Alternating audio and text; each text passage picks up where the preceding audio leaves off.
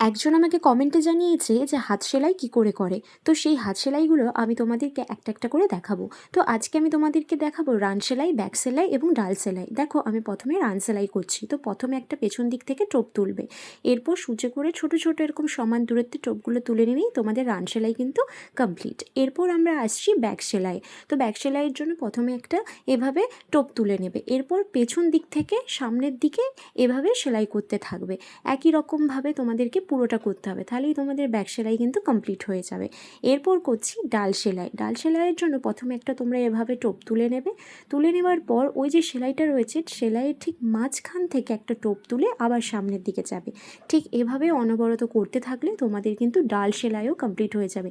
এই তিনটে সেলাইয়ের মধ্যে তোমাদের কোন সেলাইটা খুব সহজ লাগলো আর ভালো লাগলো আমাকে কিন্তু কমেন্টে জানাতে ভুলো না।